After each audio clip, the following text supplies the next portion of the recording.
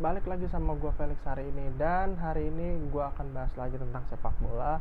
Tapi sebelumnya gue akan jelasin dulu preambule gue atau introduction gue. Kalian pasti tahu tentang ball boy kan?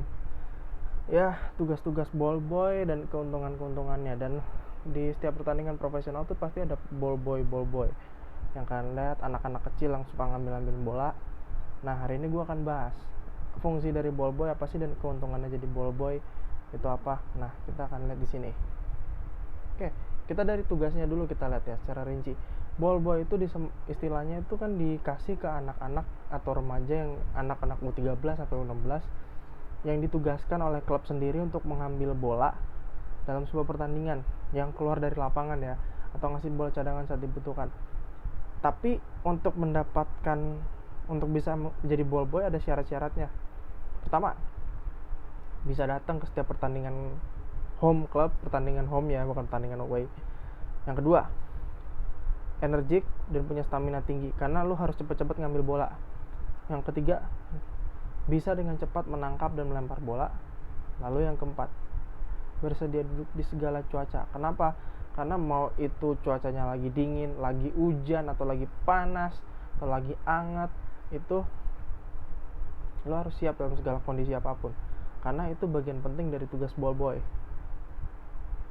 Kadang ball boy juga dimanfaatkan untuk jadi bagian dari strategi klub buat ngulur waktu atau buat mempercepat tempo permainan. Kalau nggak salah gue ingat kejadian terakhir tuh di leg 2 perempat final Europa League musim lalu. Bukan leg pertama, leg pertama itu kalau nggak salah ball boynya Ajax sempat mengulur-ngulur waktu supaya pemain Roma tuh nggak dapat peluang lagi untuk nyetak gol. Jadi ya bisa ngasih peluang juga ke Ajax buat masuk ke semifinal. Strategi itu memang ada. Oke, kita lihat gaji ball boy. Banyak yang kalian mungkin nanti mau masuk SSB, adik-adik kalian nih penasaran kok jadi ball boy itu dapat gajinya berapa sih rata-rata nih kalau di Eropa standarnya ya. Untuk gaji itu cukup variatif ya. Ada yang dibayar per jam kerja, per laga, atau per turnamen. Tapi kita kasih contoh gini deh untuk ball boynya timnas Ghana di Piala Dunia 2014. Jadi waktu itu Federasi Sepak Bola Ghana ngebayar anak gawang itu yang ball boy itu sama dengan gaji pemain timnasnya sendiri. Para pemain itu $100,000 atau sekitar 1,4 miliar rupiah kalau disesuaikan dengan kurs saat ini. Tuh nggak main-main kan, gila lo. Itu kalau satu pertandingan dibayar 100.000, lu kalau tiap hari dateng dikasih $100,000, wah lu nggak perlu jadi pemain bola lagi, udah jadi sultan gara-gara jadi ball boy. Tapi pasti nggak mau lah orientasinya sampai ke duit doang. Kayak kita lihat, nah ball boy itu banyak loh keuntungannya. Kayak gimana? Bisa ngerasain atmosfer pertandingan, kasarnya nonton gratis.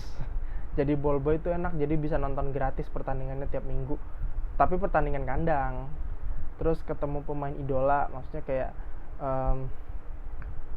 gue tuh misalkan kalau gue jadi ball boy contohnya, itu gue bisa ketemu, gue jadi ball boy di Lazio, wah gue bisa ketemu Ciro Immobile, gue bisa ketemu Felipe Caicedo, setiap hari bisa ketemu mereka tuh setiap pertandingan. Dan mayoritas klub umumnya merekrut para ball boy ini dari akademinya, pemain akademinya. Jadi gak heran kalau banyak pemain top di masa sekarang tuh banyak yang dulunya jadi ball boy. Itu cukup wajar karena mereka dapat kerja sambilan selain latihan sama tim juniornya, mereka dapat kerja sambilan jadi ball boy. Udah banyak contohnya kok.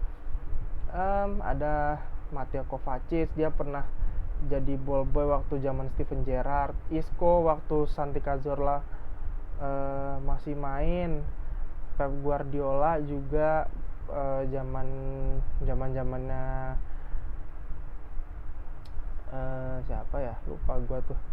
Ada Tevez juga waktu masih di Boca Juniors juga sempat. Nah, bicara soal para pemain jebolan ball boy, kita lihat nih contoh-contohnya siapa aja. Nah, ada si Phil Foden, andalannya City saat ini. Dia pernah tertangkap kamera ketika Stefan Jovetic mencetak gol untuk City di Etihad tahun 2014. Dia duduk di pinggir lapangan. Foden tuh serius menjalankan tugasnya sebagai ball boy.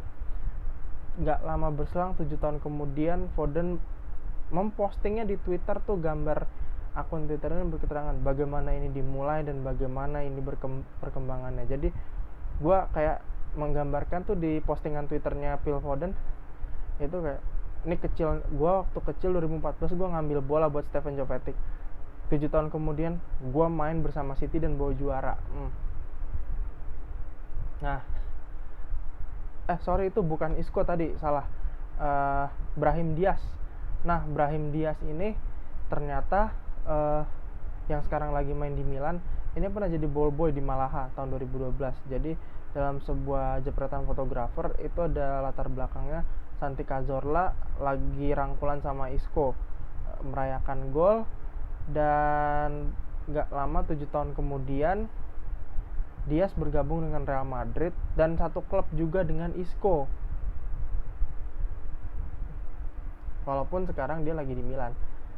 Nah, Bernardo Silva, sebelum jadi bintang City, pemain timnas Portugal ini juga sempat bergabung dengan, ya dia lulusan Akademi Benfica ya. Sebelum dia sempat di Monaco, dia lulusan Akademi Benfica. Dia barengan sama Ederson dan Renato Sanchez. Nah, pada tahun 2008 Bernardo Silva tuh sempat jadi seorang ball boy. Dia bertugas ngasih bola ke tim Benfica waktu itu kalau nggak salah pada saat lawan Napoli di Europa League. Dan Bernardo Silva tuh faktanya dia tuh pemain yang seumur gue. Bernardo Silva tuh kelahiran seumur gue, tahun 94. Oke. Nah, sekarang kita ke Callum Hudson-Odoi. Waktu umur 13 tahun di tahun 2014, Odoi itu pernah ikut merayakan gol bersama Samuel Eto'o, dan saat itu Eto'o membela Chelsea. Dia mencetak gol ketiganya ke gawang MU, dan pemain Kamerun itu merayakan golnya tersenyum sambil megang tangannya Hudson-Odoi. Nah, nih si andalannya MU dan Ajax, Donny van de Beek. Donny van de Beek ini adalah orang yang lulusan Ajax ini tahapnya harus dilalui tiap pemain akademi Ajax sebelum menjadi ball boy. Ini tahap terpenting loh di anak-anak akademi Tuchoms. Kenapa? Karena bagi prinsip mereka, dengan menjadi ball boy, mereka akan diajarkan makna bertanggung jawab. Nah, selain pengalaman dan tanggung jawab, para ball boy juga dapat kesempatan emas untuk bertemu dengan pemain senior. Contohnya udah pasti Donny van de Beek. Itu dia sempat foto loh sama Luis Suarez, yang momen berharga itu dibagikan Van de Beek di medsosnya. Pernah dibagikan di medsosnya. Berarti itu sekitar tahun 2010-2011, kalau itu Suarez masih ngebela Ajax. Oke, ke Matthijs de Ligt, sama juga dengan Van de Beek. De Ligt juga pernah merasakan kewajiban sebagai ball boy yang penuh tanggung jawab, dan dapat kesempatan berfoto bersama Suarez sebelum pertandingan dimulai. Dan sekarang Van de Beek, baik Van de Beek maupun De Ligt, mereka punya kesempatan untuk menghadapi Suarez tapi di Liga Champions. Oke, itu aja dari gua, dan pembahasan tentang ball boy ini mengajarkan kita bahwa kalau kalian pengen benar-benar jadi pemain profesional yang serius, belajarlah dulu dari jadi ball boy. Belajar untuk bertanggung jawab. Kalian punya tanggung jawab sama klubnya untuk bisa mengatur tempo permainan, bahkan bisa menjadi bagian dari strategi tim tersendiri, bisa jadi bagian langsung merayakan gol bersama dengan pemain idola kalian. Dan itu aja dari gua. Thanks for watching. Ciao.